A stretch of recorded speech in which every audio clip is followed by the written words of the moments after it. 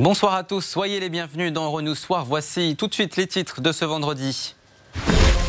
À moins d'une semaine de la date programmée du Brexit, les Européens accorderont-ils un nouveau délai à Boris Johnson? Les discussions entre les 27 se poursuivent à Bruxelles, où nous retrouvons notre correspondant dès le début de ce journal. L'Europe devient-elle plus tolérante? Genre, religion, origine, orientation sexuelle. Une étude européenne s'est penchée sur les discriminations. Et si des progrès sont faits, certaines populations restent diversement acceptées. Tous les détails dans un instant. Le cannabis à usage thérapeutique autorisé en France. L'Assemblée nationale a donné son feu vert aujourd'hui pour une expérimentation. Quelques milliers de patients pourront en bénéficier. Dans quel cas précisément? Laurence Alexandrovitch nous l'expliquera. Et puis prenez des pâtes, un peu de tradition, quelques innovations et vous obtenez des milliers de recettes. Pour la journée mondiale des pastas, nous sommes partis en Italie et en Grèce à la rencontre de ceux qui mettent la main à la pâte et qui les font de multiples façons. Les législatives anticipées convoquées par Boris Johnson permettront-elles au Premier ministre d'obtenir une nette majorité? Le principe de ces élections doit d'abord être approuvé par les députés britanniques lors d'un vote lundi. L'objectif pour Boris Johnson est de parvenir par la suite à faire approuver au Parlement britannique son accord de Brexit négocié avec Bruxelles. Mais de nouvelles élections supposent un nouveau report de la date du Brexit, normalement prévu pour le 31 octobre, jeudi prochain. Pour faire le point, on rejoint notre correspondant Grégoire Laury à Bruxelles, où les discussions vont se poursuivre. Grégoire, bonsoir. Les 27 semblent s'être entendus sur l'idée d'un report, mais la durée de celui-ci ne fait pas encore l'unanimité. Il existe toujours peu de certitude sur l'issue du Brexit, mais tout de même, une chose semble acquise, les 27 États membres apparaissent unanimes pour accorder une extension au Royaume-Uni. Encore une fois, l'Union veut éviter le scénario catastrophe d'une sortie sans accord. Un autre point semble lui aussi gravé dans le marbre. La décision relative au délai du report devrait faire l'objet d'une procédure écrite. Autrement dit, il ne sera pas nécessaire de convoquer un nouveau sommet européen. Mais au-delà de ces assurances, une question fondamentale reste en suspens. Les 27 vont-ils accorder le délai de 3 mois demandé par Londres? Et sur ce point, il n'y a pas d'unanimité. Alors, la France avait parlé d'un report de quelques jours seulement. Quelle est la stratégie de Paris, justement ? Une majorité semble se dégager pour reporter ce délai au 31 janvier, ce qui correspond à la date indiquée par le Premier ministre britannique. Mais la France, par exemple, pousse pour un report plus court. C'est le discours tenu par Emmanuel Macron depuis plusieurs mois. Paris veut ainsi maintenir la pression sur le Royaume-Uni. De plus, le gouvernement veut savoir à quoi va servir cette nouvelle prolongation. Les autorités françaises veulent éviter tout enlisement du Brexit, dont la date initiale était prévue le 29 mars. Les ambassadeurs des États membres devraient se réunir à nouveau lundi ou mardi pour définir la durée de ce troisième report. Les 27 ont donc un long week-end pour accorder leur violon et pour établir leur nouvelle trajectoire du Brexit. Merci Grégoire pour ces précisions. Et restons en Angleterre où les enquêteurs tentent de résoudre ce qui reste une énigme. Qu'est-ce qui a conduit à la mort de 39 personnes dont les corps ont été retrouvés près de Londres? Les victimes seraient des ressortissants chinois selon la police britannique. 3 perquisitions ont eu lieu en Irlande du Nord, d'où le chauffeur du camion est originaire. L'homme de 25 ans est suspecté de meurtre. Le point sur l'enquête avec Maxime Bios-Duplan. 3 personnes ont été arrêtées dans l'enquête sur les migrants chinois retrouvés morts dans un camion près de Londres. Le chauffeur, un Nord-Irlandais de 25 ans, dont la garde à vue a été prolongée, et 2 personnes originaires de Warrington, dans le nord de l'Angleterre. L'autopsie et l'identification des 39 corps prendra du temps. Selon la police britannique, il s'agit de 31 hommes et 8 femmes de nationalité chinoise. C'est un processus très long et laborieux parce que, premièrement, vous devez obtenir la confiance de la famille de la victime qui est susceptible de se trouver dans ce pays et ne voudra pas forcément venir vous voir car son statut d'immigration n'est probablement pas très clair non plus. La question pour les enquêteurs est quand ces personnes sont-elles entrées dans ce conteneur ?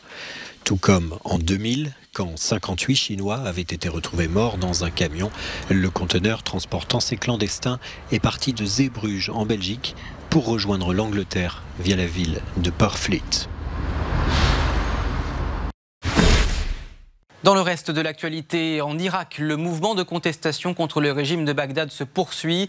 Au début du mois, déjà, au moins 150 personnes sont mortes. Le grand ayatollah Sistani, plus haute autorité religieuse chiite d'Irak, a appelé vendredi les forces de sécurité et les manifestants à la retenue. Il a de nouveau appelé à des réformes économiques et de lutte contre la corruption, l'une des revendications des manifestants. Autre contestation en Bolivie, cette fois-ci, au terme d'un long décompte, Evo Morales est sorti officiellement vainqueur de l'élection présidentielle face à son concurrent. Les premiers résultats partiels dimanche laissaient pourtant entrevoir un second tour. L'opposition soupçonne des fraudes. Alors que cette semaine, des manifestations ont conduit à des heurts avec la police, l'Union européenne a estimé qu'un second tour serait la meilleure option pour rétablir la confiance. Même son de cloche du côté des États-Unis, du Brésil ou de l'Argentine, si les observateurs internationaux ne confirment pas les résultats du premier tour. L'Argentine, justement, où se tiennent des élections présidentielles dimanche.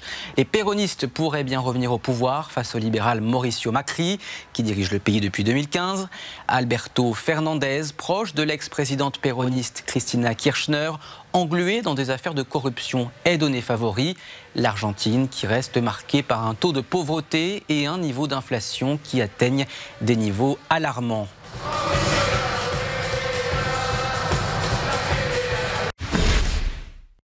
Près de 9 Européens sur 10 sont prêts à avoir une femme au sommet de l'État. C'est notre chiffre du jour.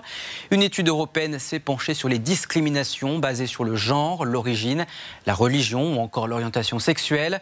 Elle montre une plus grande tolérance de manière globale, mais à y regarder de plus près, les discriminations varient selon les pays ou les groupes de population. Plus de 15% des personnes interrogées disent se sentir très mal à l'aise à l'idée de travailler avec une personne musulmane ou bien transgenre. Les détails avec Kevin Battista. Les Européens sont nombreux à penser que les discriminations sont largement répandues dans leur pays. Mais d'après une récente enquête, la société européenne est en fait de plus en plus tolérante. Ainsi, 88% des citoyens de l'Union européenne seraient à l'aise avec l'idée d'avoir une femme à la tête de leur pays. C'est 7% de plus que la précédente étude réalisée il y a 4 ans. En ce qui concerne l'orientation sexuelle, un peu plus de 3/4 des Européens estiment que tout le monde devrait bénéficier des mêmes droits que ceux accordés aux hétérosexuels, une augmentation de 5%. C'est en Suède que l'on est le plus tolérant à ce sujet, et en Slovaquie que l'on est le moins d'accord avec cette idée. En matière de religion, les Européens sont désormais plus ouverts à l'idée de travailler avec des gens à la confession différente. Pour les sondés, c'est avec un chrétien qu'il est le plus facile de travailler, et avec un musulman qu'il est le plus difficile de travailler. Enfin, 63% des gens reconnaissent avoir des amis d'un groupe ethnique différent du leur, un chiffre stable, 1% de progression seulement. Mais près de 2/3 des interrogés avouent penser que les discriminations envers les Roms sont courantes dans leur pays. En dépit de ces évolutions plutôt positives, de grandes disparités subsistent selon les pays et les minorités étudiées. Ainsi, une tendance inquiétante parmi d'autres, le taux d'agression antisémite est en augmentation au Royaume-Uni ou encore en France. De très nombreux pays européens l'ont déjà autorisé à des degrés divers. En France, l'Assemblée nationale a aujourd'hui donné son feu vert pour une expérimentation du cannabis à usage thérapeutique. 3000 patients souffrant de maladies graves sont concernés. On retrouve au cœur de la rédaction d'Euronews notre journaliste Laurence Alexandrovitch. Alors Laurence, précisément, qui est concerné et comment cela va se passer ? Oui, vous l'avez dit Guillaume, le cannabis pour soulager les malades, c'est pour bientôt en France. L'Assemblée nationale a autorisé ce matin une expérimentation à des fins thérapeutiques. Comment ça va s'organiser ? 3000 personnes souffrant de maladies graves vont pouvoir profiter de cet essai pendant 2 ans en milieu hospitalier à partir de 2020. À quoi ça sert ? Les dérivés du cannabis peuvent constituer un apport supplémentaire pour lutter contre l'épilepsie, les douleurs neuropathiques, les effets secondaires de la chimiothérapie, pour les soins palliatifs ou encore la sclérose en plaques. Je vous rappelle, Guillaume, que l'usage de stupéfiants, y compris le cannabis, est interdit en France. Restent des détails importants à régler. La France, qui n'autorise pas non plus la production de cannabis, devra trouver une filière d'approvisionnement. Sur la question, la France était en retard par rapport à ses voisins. Le cannabis à usage médical est déjà autorisé dans une trentaine de pays avec le Canada, les Pays-Bas et Israël comme précurseurs.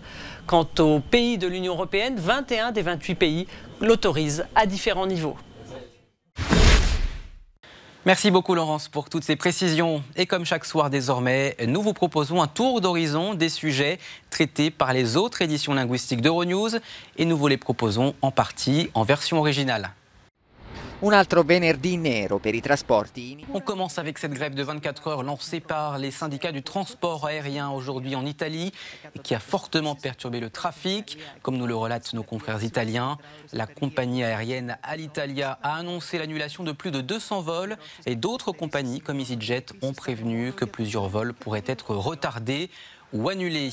Paralisi c'è soprattutto Roma, dove allo sciopero di 24 ore proclamato dai sindacati di base se ne aggiunge un altro. De son côté, l'équipe portugaise s'est intéressée aux cas de violence à l'école. Ces derniers jours, plusieurs cas d'enseignants agressés par des élèves ont été mis au jour, de même qu'un cas à Lisbonne d'un enseignant qui a agressé un élève. Des manifestations des syndicats d'enseignants ont été organisées devant plusieurs écoles concernées. Au Portugal, selon les statistiques officielles, plus de 6000 cas de violence à l'école ont été recensés il y a 2 ans. Un nombre en baisse néanmoins de 9% sur un an.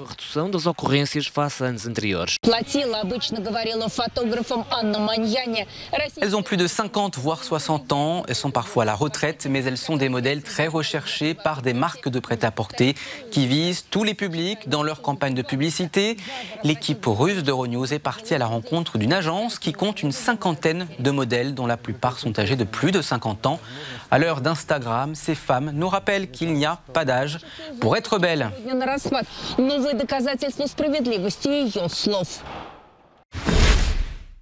Et puis au menu de ce soir, des pâtes, mais pas n'importe lesquelles, car il existe des centaines de recettes possibles selon les ingrédients personnels de chacun. À l'occasion de la Journée mondiale des pâtes, nous sommes partis en Italie bien sûr, mais aussi en Grèce, à la rencontre de ceux qui les font.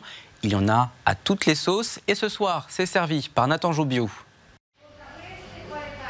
Voici une journée internationale qui fera plaisir aux plus gourmands. Ce 25 octobre est l'occasion de rappeler que l'on mange des pâtes aux 4 coins de la planète. Un aliment à faible impact sur l'environnement, aussi bon pour la santé de ceux qui en profitent. Les pâtes doivent être bien cuites, avec de la sauce tomate.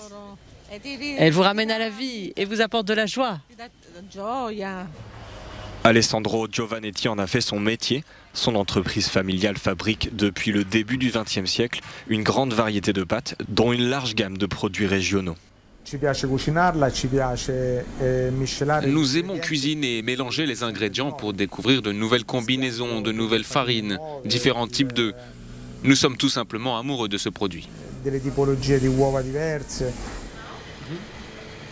Ce voyage à l'occasion de la Journée mondiale des pâtes traverse 3 continents et 113 restaurants. Euronews suit les amateurs de ce plat jusqu'à la Grèce et sa capitale, Athènes. Nous sommes ici dans l'un des nombreux restaurants italiens du centre d'Athènes. 5 ou 6 sortes de pâtes y sont fabriquées quotidiennement. C'est la preuve que les Grecs adorent manger des pâtes. Selon les recettes proposées, ces professionnels de la cuisine considèrent que les pâtes de demain sont indissociables de celles d'hier, en raison des nombreuses références à la tradition, à la simplicité et à la touche personnelle habituelle qui rend les pâtes encore plus intrigantes. Ce sont 4 plats différents qui seront servis à un très bon prix. Ils ont un goût très distinct, mais en même temps basés sur la cuisine italienne classique. Nous avons juste ajouté quelques ingrédients personnels.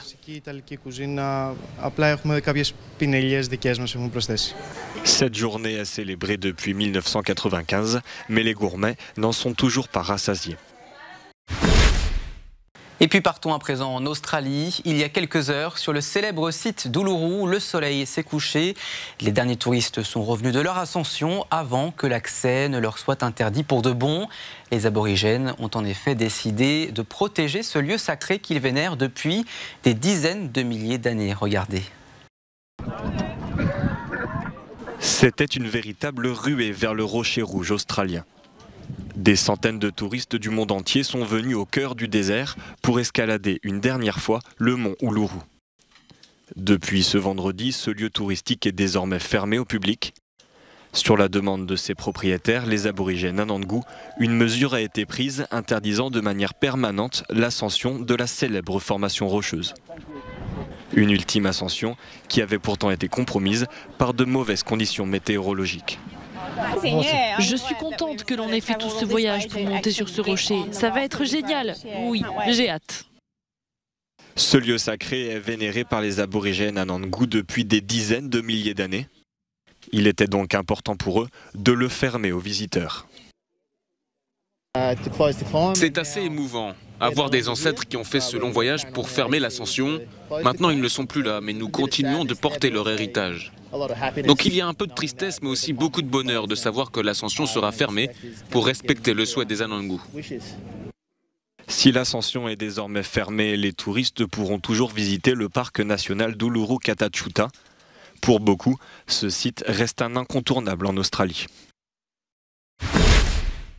C'est la fin de cette édition, mais l'information continue tout de suite sur Euronews et euronews.com. Je vous souhaite une très belle soirée et un très beau week-end sur Euronews.